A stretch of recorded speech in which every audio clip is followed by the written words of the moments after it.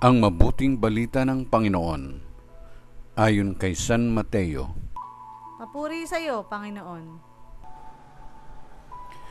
Noong panahong iyon, sinabi ni Jesus sa kanyang mga alagad, "Sa pananalangin ninyo'y huwag kayong gagamit ng napakaraming salita, gaya ng ginagawa ng mga hintil. Ang akala nila'y pakikinggan sila ng Diyos dahil sa dami ng kanilang salita.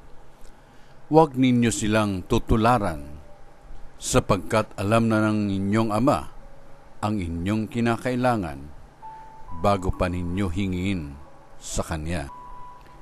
Ganito kayo mananalangin: Ama naming nasa langit, sambahin nawa ang pangalan mo. Ikaw nawa ang maghari sa amin. Sundin nawa ang iyong kalooban dito sa lupa tulad ng sa langit. Bigyan mo kami ng pagkaing kailangan namin sa araw na ito, at patawarin mo kami sa aming mga kasalanan tulad ng aming pagpapatawad sa mga nagkakasala sa amin.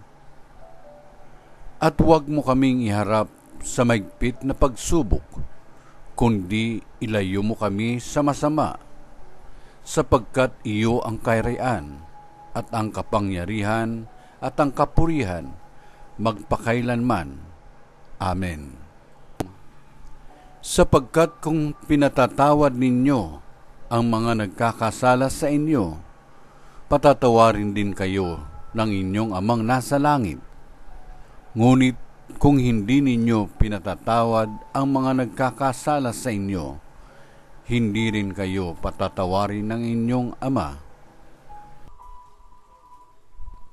Ang mabuting balita ng Panginoon. Pinupuri ka namin, Panginoong Jesucristo.